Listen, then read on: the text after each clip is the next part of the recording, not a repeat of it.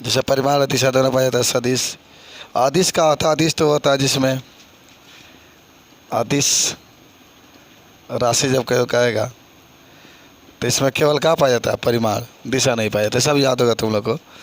परिमाण पाया जाता है, दिशा नहीं पाया जाता है, दिशा नहीं पाया जाता है।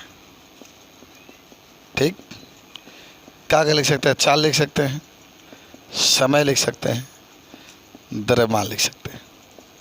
ओके, अब यहाँ से जो चीज़ें चालू होंगी, जब भी आपसे ये पूछा जाएगा तो आप तुरंत बात करने की प्रयास करेंगे। हम लोग ज़्यादा आज न्यूमेरिकल पर ही ध्यान देने वाले हैं। आपसे कोई पूछेगा तो इसको आप कैसे बताएंगे। देखिए, यहाँ से एक चीज़ आती है कि जो वेक्टर होते हैं, जो सदिश राशि होती है, सदिश राशि को हमेशा जब भी लिखते हैं तो वेक्टर ए बराबर, अब चाहे तो आई कैप जे कैप और के के रूप में लिखते हैं, आई जे के रूप में लिखते हैं। अगर इसके साथ मान लो ये है, बी है, सी है, और कोई कहा कि एक का परिमाण बताइए, एक का परिमाण, बाबू दो तरीके से लिख सकते हैं आप। तो एक माड में लिख सकते हैं ये, और जब भी परिमाण निकालते हैं तो जब ये मान दिया होता है कलनी के अंदर लिखते हैं A square plus B square plus C square, ऐसे लिखा जाता है। A square plus B square plus C, ऐसे सीख लेना है। परिमाण जब भी बात करेगा ना तब कलनी के अंदर A square plus B square plus C square लिखते हैं। ये सदिश राशि का जब भी परिमाण होता है उसके बारे में हम लोग क्या करते हैं, लिखते हैं। ठीक है, परिमाण की जब बात करेगा तो एक चीज़ है, एक सवाल आपके पास है। कोई कहता है कि मान लो उदाहरण के द्वारा समझाना आपको, क्वेश्चन एक आपका आया है उदाहरण में कि सदिश, एकदम सीख लेना, फिजिक्स में तुम लोग को मिलेगा ही, ये ध्यान रखना। आई के साथ आई का गुणा। अच्छा, आप पहले थोड़ा सा मैं बात, चलो पहले इसको देख लेते हैं। उदाहरण है वेक्टर ए बराबर आई प्लस 3j प्लस 2k है, तो वेक्टर ए का या 11 कर लीजिए। ठीक है, सदिश विश्लेषण आज बोल रहे हैं।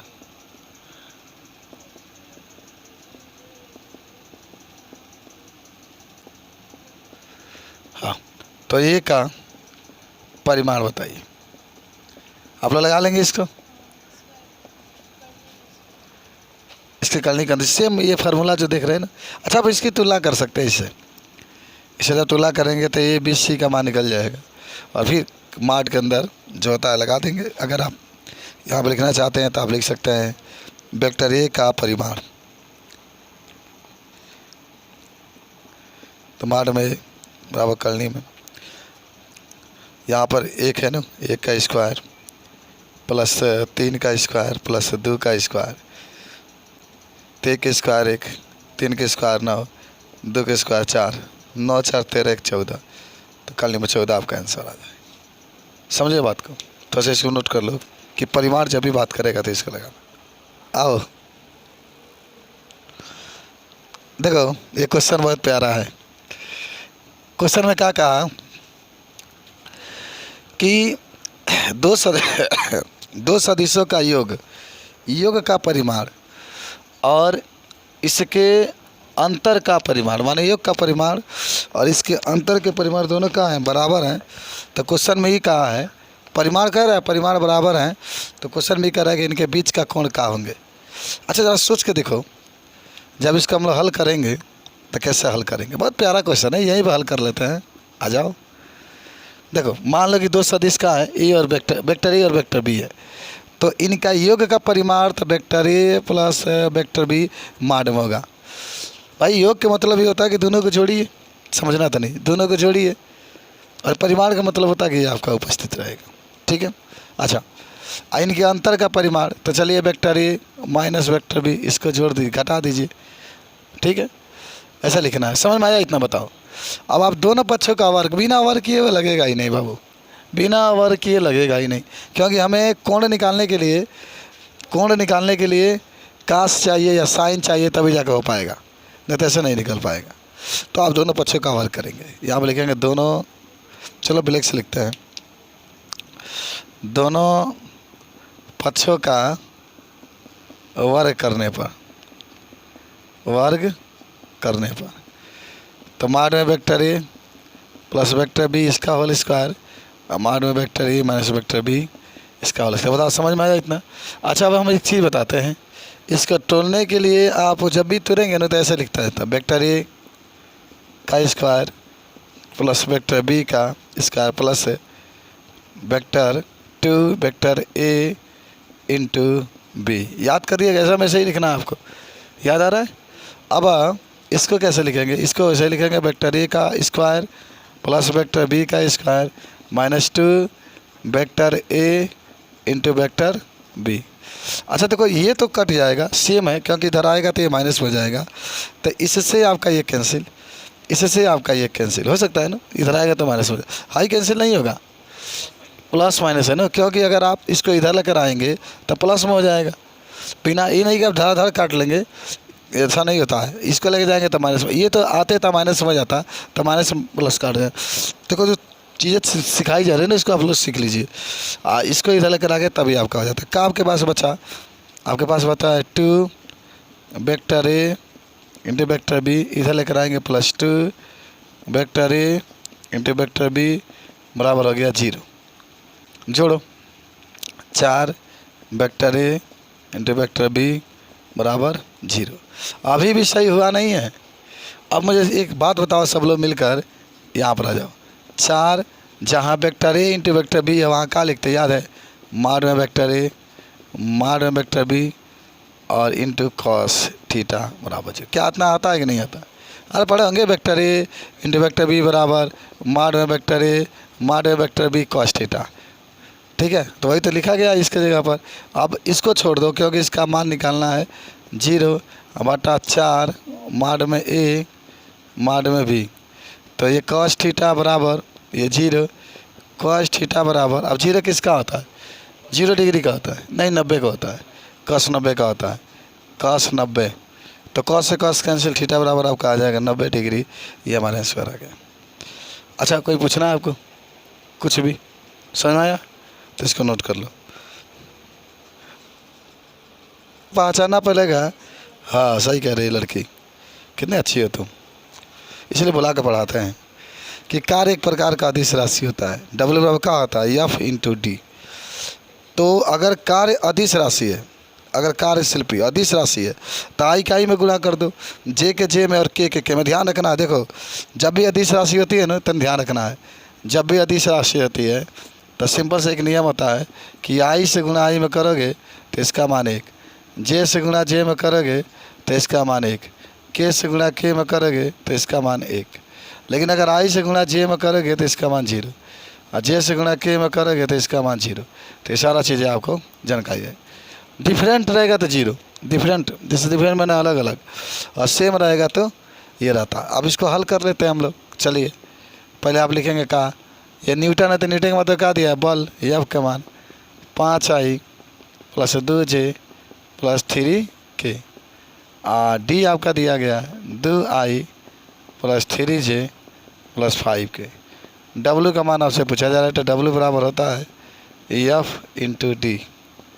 तो ये आपका जगह भर दो 5I 2J 3K, और डी की जगह भर देते हैं हम लोग 2I plus 3J plus 5K। 5 आई से गुणा आई में करोगे तो 5 देना 10, 2 से गुणा 3 में करोगे 6। देखो जे के गुणा जे में ही होगा, आई के गुणा आई में ही होगा। 3 से गुणा 3 में करोगे, 5 में करोगे 15, होगा ना इतना। तो आप जोड़ दो 15 25 6 31 जूल आपका आंसर आ जाए। 31 खाली क्वेश्चन उतार लो, हल कर सकते हो, तो उतार रही हो क्या? तो सेम क्वेश्चन में कोई डिफरेंट नहीं है, खुद आप लगाइएगा, इसमें कोई दिक्कत नहीं है। खाली क्वेश्चन उतार लीजिए, किसी कण का इतना न्यूटन बल है और इतना मीटर दूरी तय करता है, तो पूछ रहा है कि कार्य बताइए, तो हो तो जाएगा डब्ल्यू एफ इंटू डी लिखा गया है, तो नोट कर लो कि सवाल बहुत प्यारा है। जब दो सदिश लंबवत होते हैं तो इसके रूल भी आप पढ़े होंगे कि ए का मान 4I प्लस 3J है तो बी का मान पूछा है। और आपको याद है रहा है जब ए और बी लंबवत हो तो क्या फार्मूला यूज करते हैं? हाँ हाँ, तो क्या लिखते हैं?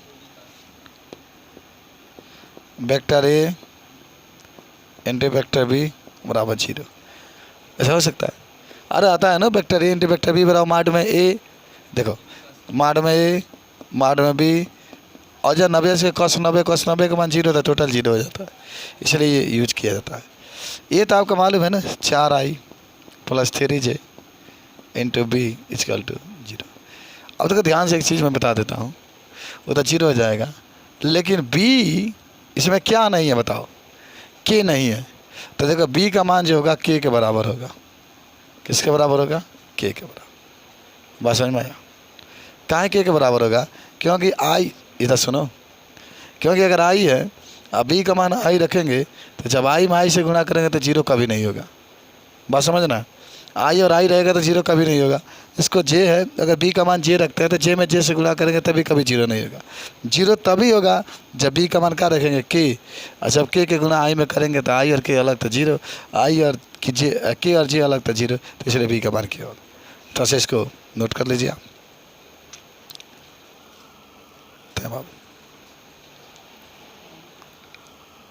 आओ देख रहा है ना, vector A into vector B बराबर ए भी दिया है और क्वेश्चन में कहा है तो ए और बी के बीच का कोण बताइए। अच्छा बता सकते हैं क्या ए और बी के बीच का कोण? हाँ बता देंगे। देखिए कैसे हल करेंगे इसको। इसको हल करने का तरीका एक होता है, पहले लिखते हैं vector A into vector B बराबर ए बी। अच्छा इसके जगह क्या लिखते हैं? अच्छा देखो एक चीज़ बता देना, कोई वेक्टर ए का परिमाण कहे तो या तो माड में ए लिखते हैं या केवल ए लिखते हैं, याद होगा आपको। अगर माड में लिखेंगे तो वेक्टर लगा के लिखेंगे, समझना था नहीं, या केवल ए लिखते हैं। तो ये परिमाण दिया है तो आप इसके जगह पर लिखेंगे ए बी कॉस थीटा, होगा ना, ऐसे होता है, और आपका ए भी ऐसे ही लिखिएगा। तो ये कॉस थीटा बराबर, देखो जब कोण निकालना हो तो कास को अकेले रखते हैं, बाकी सबको इधर कर देंगे तो ए बी इधर आ जाएगा बटा में ए बी, तो ए बी से ए बी कैंसिल, तो कॉस थीटा बराबर 1, तो कॉस थीटा बराबर कॉस 0 और कॉस से कॉस कैंसिल, थीटा बराबर 0 देख रही है हमारा आंसर। देख लो, समझ लो, समझ में आया? बताओ तो नोट कर लो इसको। आइए देखो कैसे हल करना है इसको। यदि सदिश ए बराबर 5i minus 5i Sai 7j minus 3k तथा सदिश बी बराबर 2i 2j माइनस सी के परस्पर लंबवत हो तो सी का मान आपको बताना है। कैसे बताएंगे? अच्छा अभी आपने पढ़ा था ना, जब इसको हल करेंगे, यही तो क्वेश्चन आपका है, जब हल करेंगे तभी आपने पढ़ा था कि जब लंबवत हो तो इसका रूल क्या होता है? जब लंबवत हो तो vector A into vector B बराबर 0, याद है? अभी आपने इसको बताया था। अब ए का मान जो देख रहे हो उसको रख लो, 5i plus 7j minus 3k into जो बी का मान है 2i प्लस 2j माइनस सी के इक्वल टू 0। और आपका रूल क्या कहता है? रूल हमारा ये कहता है कि आई के गुणा आई में, जे से गुणा जे में, के से गुणा के में कर दो। तो 5 से गुणा 2 में करेंगे 10, 7 से गुणा 2 में करेंगे 14, 3 से गुणा के में करेंगे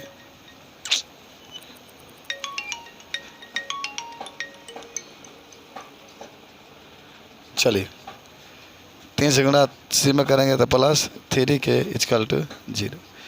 14 10 क्या हो जाएगा? 24 हो जाएगा, plus 3k equal to 0। 3k बराबर 24, के बराबर 24 बटा 3, तो काटेंगे तो 8, तो के का मान 8 हमारा आंसर आ गया। समझे?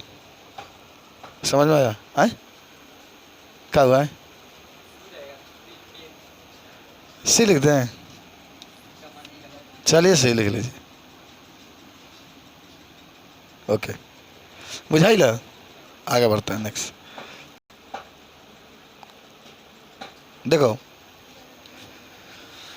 क्वेश्चन आपका है कि सदिश का, आगे देखो इधर सुनो, क्रॉस जब भी आपको नज़र आए सवाल में तो एकदम मान के चलना है कि आप इस तरीके से जैसे जा रहे हैं बताने के लिए वैसे करेंगे। देखो बहुत अजीब ये सवाल हैं और आपको सीख ही लेना चाहिए। यहाँ देखिए कैसे हल करेंगे। यहाँ पर आई, यहाँ पर जे, यहाँ पर के। चलिए अच्छा एक काम करते हैं ना, यहाँ पहले दिया क्या है देख लो, पी बराबर 3K और Q बराबर 2J। इसमें एक बात देखो, P का तो मान कुछ है नहीं, 0, J का भी मान नहीं है 0, K का मान है 3 भर लो। कुछ समझ में आया?